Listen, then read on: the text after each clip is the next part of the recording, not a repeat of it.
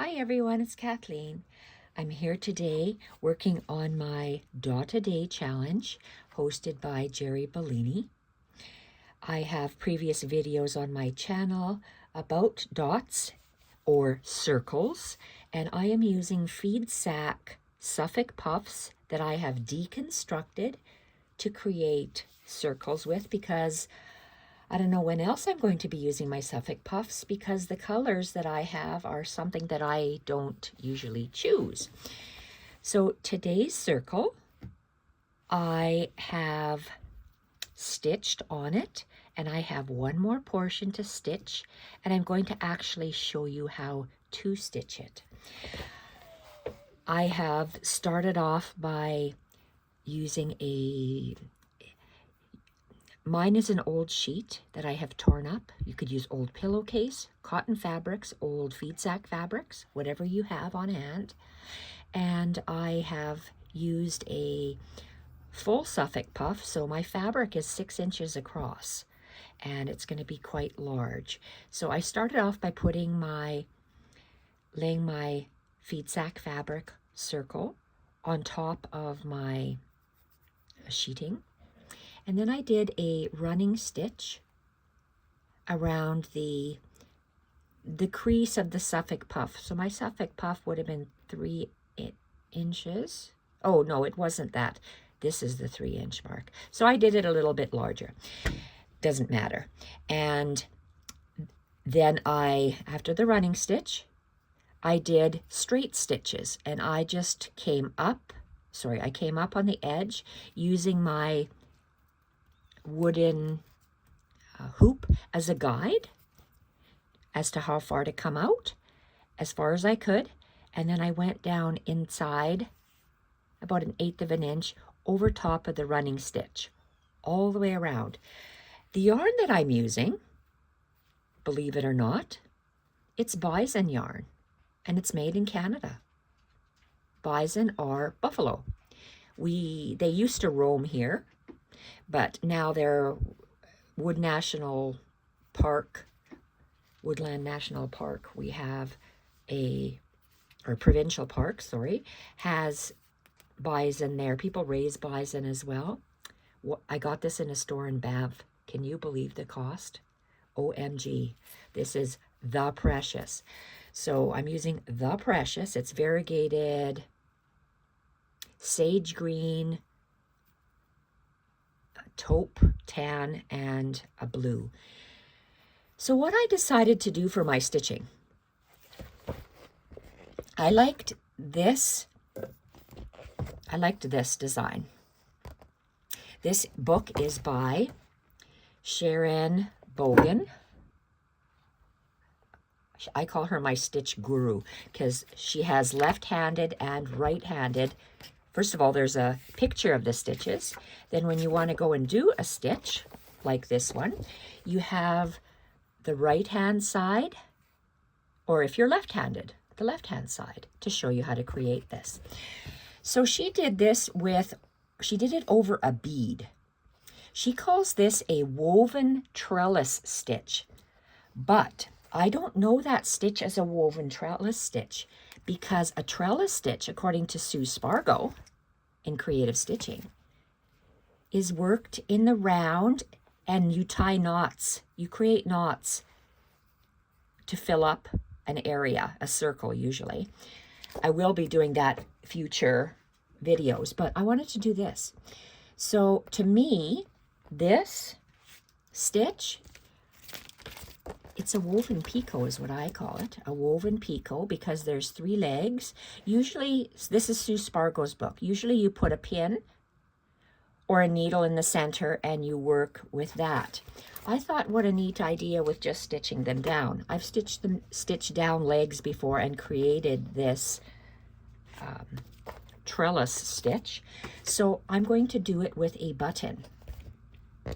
I also like how it's just stitched on the page like this, and then you weave each petal. I will be doing that on this as well in a very small area, but I want to show you how to do the button. This is a shell button one of my vintage shell buttons. And vintage shell buttons are just that. They're made from a shell. And so they're different on the back and plainer on the front. Some are glossy, some aren't. So I chose the biggest one and the biggest variation in color. And I made 3 stitches, just 3 straight stitches. I marked a 1/4 of an inch. I'm OCD. I had to mark a 1/4 of an inch away from my circle edge. And then I went using the 4 different holes in the button. I made a straight stitch on each hole of the button. And then I went with my trusty ruler, measured up a 1/4 of an inch because I'm OCD, and pressed 2 buttons, marked 2 little dots with a Sharpie. Did the same thing here, marked 2 dots with a Sharpie, went up a 1/4 of an inch, 2 dots, up 2 dots.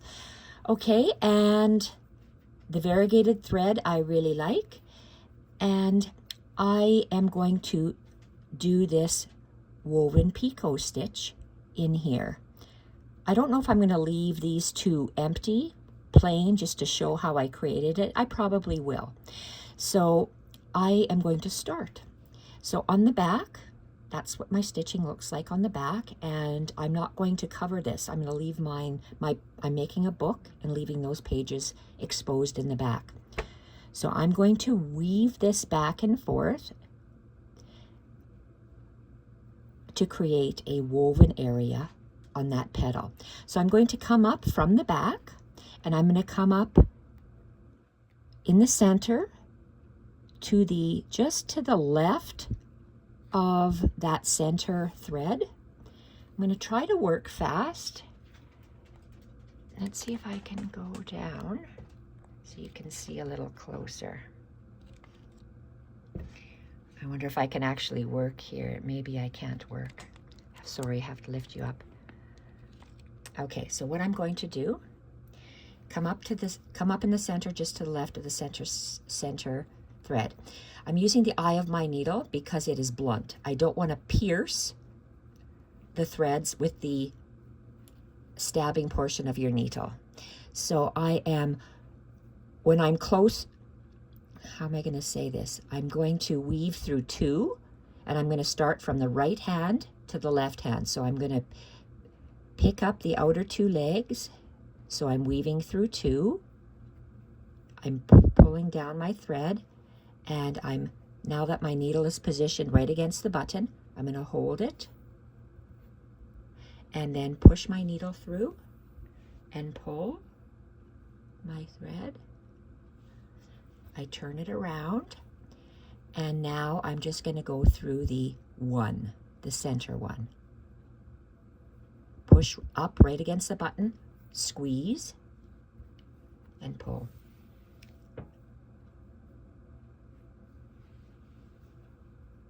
Turn it around. Get careful not to get caught on that. Place it down. It can't be tight pulling. So on the bottom, closest to the button, I am going to go 2, push against the button, hold and pull through. Turn, 1, pushing up, hold, pull through. And I'm going to alternate that. And going to see, you can pull it down with your needle. Close, when the button's on the bottom, I pick up 2 legs, 2 threads, the outer 2, push it, hold and pull, turn, and 1,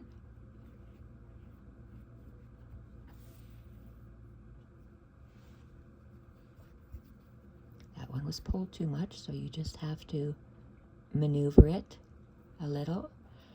Now I'm going through, pulling up 2, the outer 2, turn, 1,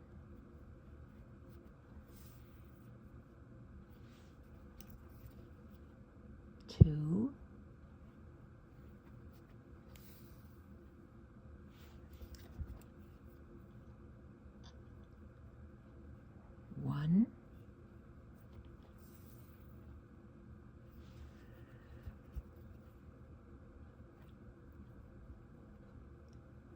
2. This wool is so beautifully soft, softer than mohair.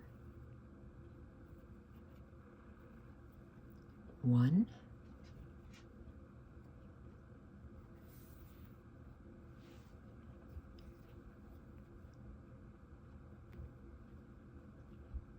2.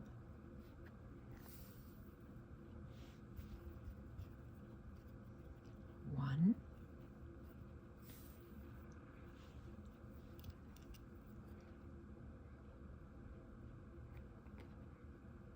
2. I'm always pushing down towards the button to tighten up my weave. 1.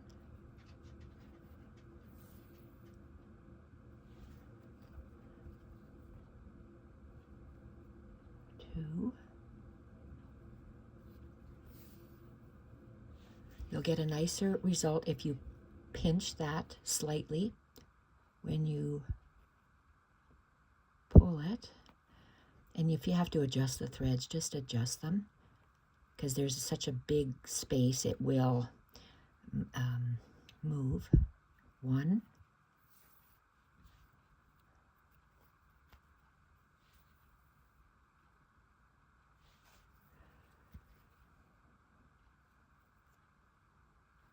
2.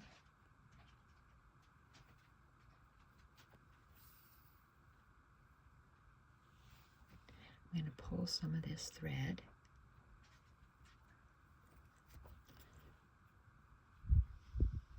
1.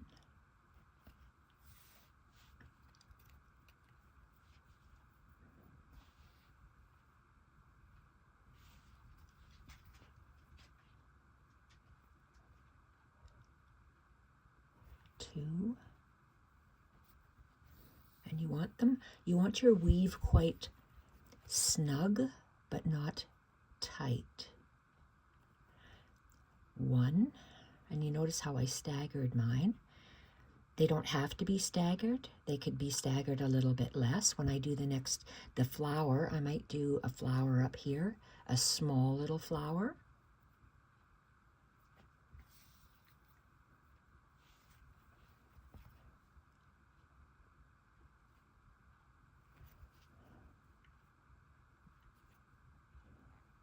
2. And whoops. Pull down. 2. Pull down.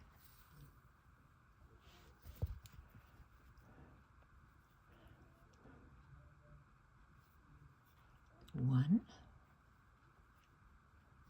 I love the variegated yarn because you get the variation in color. This is blue and tan, and this is blue and the sage. It's just the yarn you use or the thread you use will give you a different look. If the texture is furry or jagged, you'll get a different texture to your Picot as well. 1.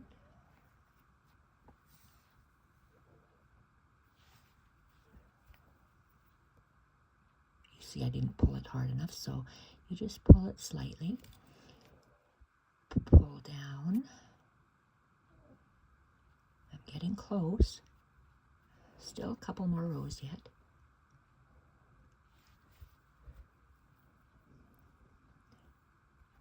1.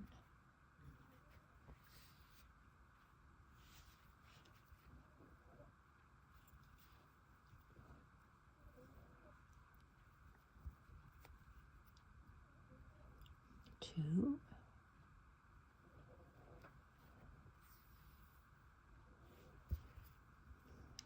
1.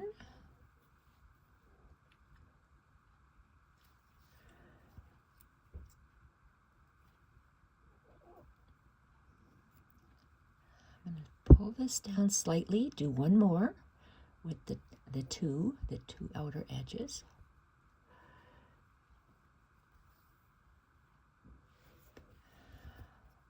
The 1. And let's see if I can get a 2 again. Boy, this is soft. Soft and slinky. It moves around quite a bit. Okay, that's going to be the last one. And on this one, you see how I finished off a little point. Do I want to leave that to show how it could be? Just by finishing that off, it looks half finished to me. This looks finished to me because it has an outline. To me, that doesn't look finished, so I'm not going to leave it like that. I'm going to make it exactly the same way as I made that one. So I'm going to go down in the tip. Oh,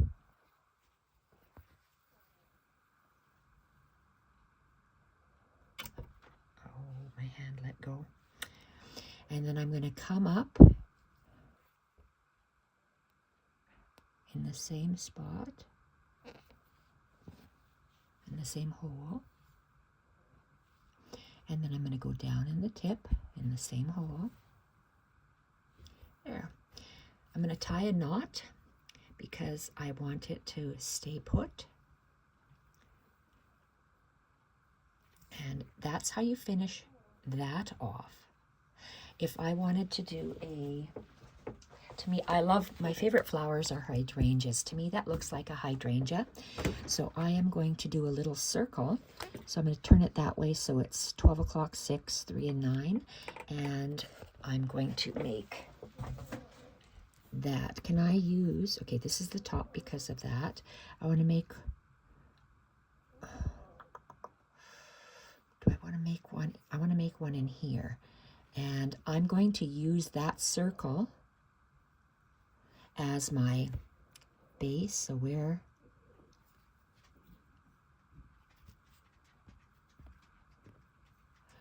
okay, so I'm going to come up. I'm going to do the 6 o'clock if you're looking at a time clock. So I'm just going to come in the greens so I'm bigger, and I'm going to go down in the center. I'm going to go at 12 o'clock and down the center. Let's go 3 o'clock, down the center, and 9 o'clock, down the center. Okay, so those are your longest legs. Now I'm going to go on the white part of the circle for the other 2 legs. So I'm going to start on at the 12 o'clock. So I'm going to go right on the white, outside of the white circle, down the center. I'm going to try the other side of the white circle.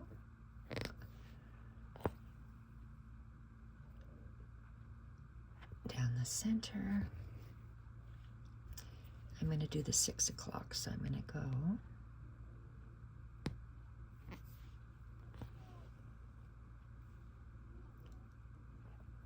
on the outside edge of the white and then down the center.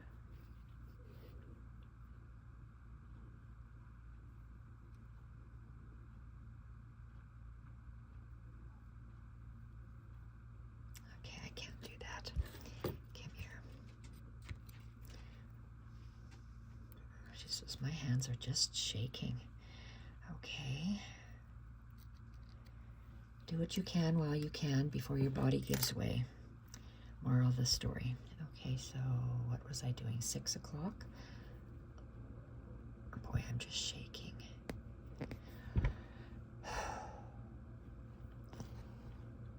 Down the center. That almost looks like an Algerian eye, doesn't it? Okay, I'm gonna go, let's do the 3 o'clock one. On the outside, down the center. And outside of that white circle, down the center. I'm going to flip this around and do this 9 o'clock outside, down the center,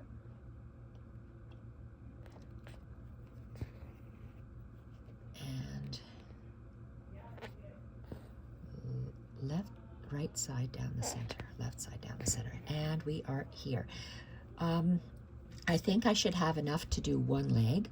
So what I mean by that, well, I'm going to come up, let's turn this right side up, and it's right side up because my hoop closure should be at the top. Let's start at the 12 o'clock. So I'm going to come up in the center. Oh, I am in the center. So I'm going to come up just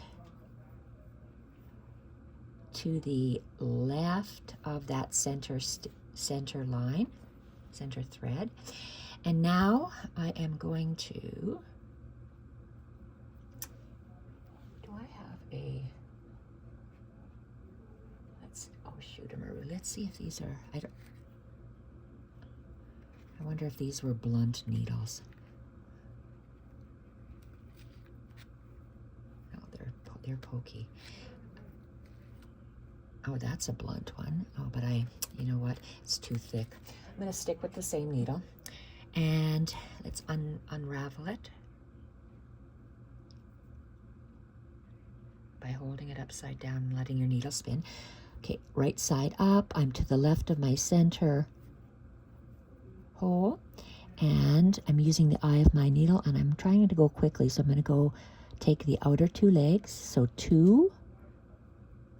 Whoops, 2, and I'm going over the center one, pushing towards the center, and pull. Turn around, and I go 1,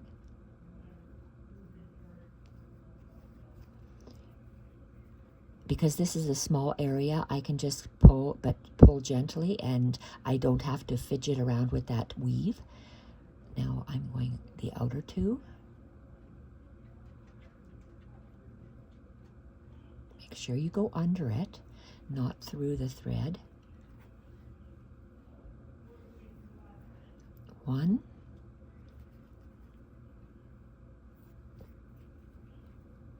2,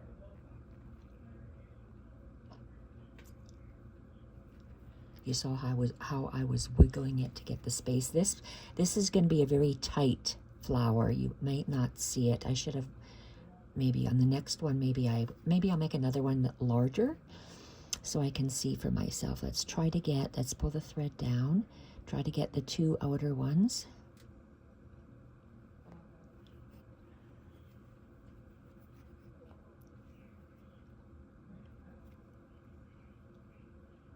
I'm going to try one more attempt. So that's the center. And now the 2 outer ones. So because I can't go straight across, I'm going to go under the right leg, under the over top of the center one, and under this one, and that the left side, and that'll be it. So I'm going to do the same thing on this picture. She didn't go to make a point, but hers is bigger, and you can identify it as petals. Mine, I need to identify it more as a petal, so I am going to go down in the center, just like I did here. I'm making those 2 bars for the outline. And then I'm going to come up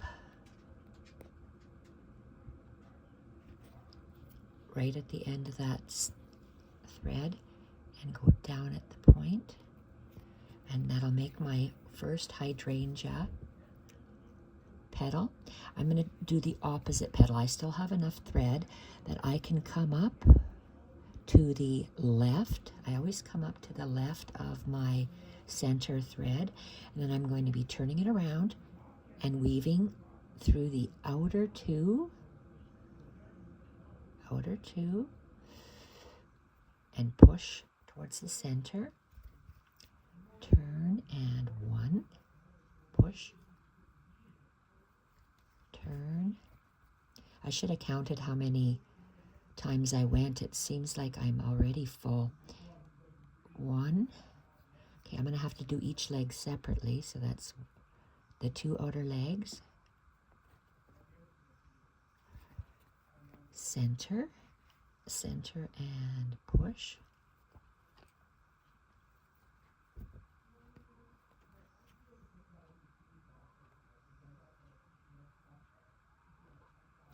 Outer, outer. Whoops, don't go under 2 threads, just 1. Down the center. I will have to count the next time I do a flower so I can make sure that they are the same number of rounds. Okay. And now the center one. And maybe this might be the last one if we go. It's hard for me to see. The sun is trying to come out. Okay, that's the right thread and the left thread leg. And now I'm going to finish it off by going down in the center and coming up on the outer leg.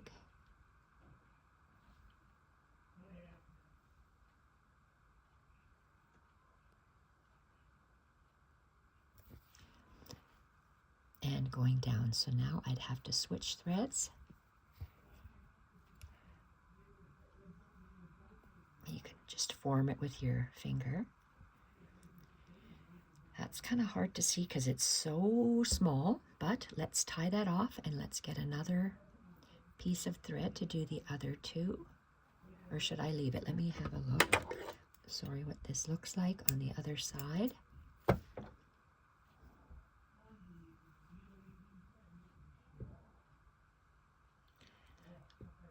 Okay, hope you can't hear my husband swearing in the background. He has a trucker mouth.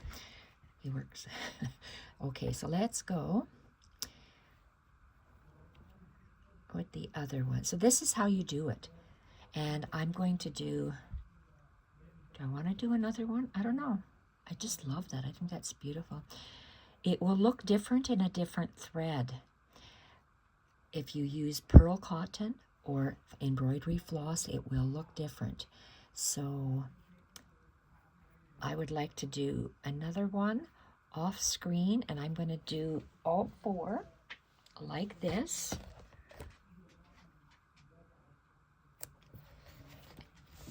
To have a look and see what that does. So thank you everyone for watching, and bye for now. Go check out Jerry Bellini's Dot a Day series she's running on her channel. Thank you everyone for watching. Bye for now.